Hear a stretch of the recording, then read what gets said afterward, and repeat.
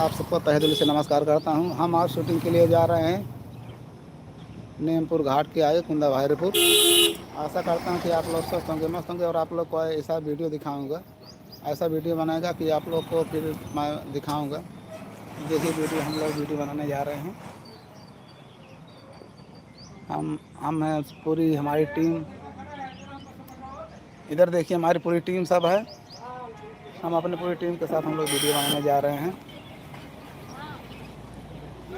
तो हम लोग भैया पहुंच रहे हैं वहाँ पे। पहुंचने के बाद फिर आपको जस्ट आप सबको दिखाऊंगा।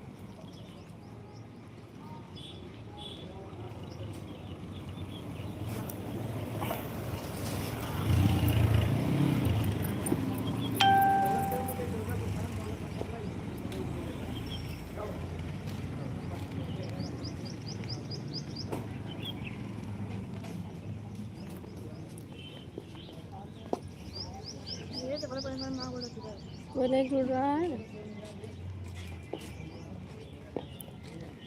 अनलिस्ट है हमें लगा सर।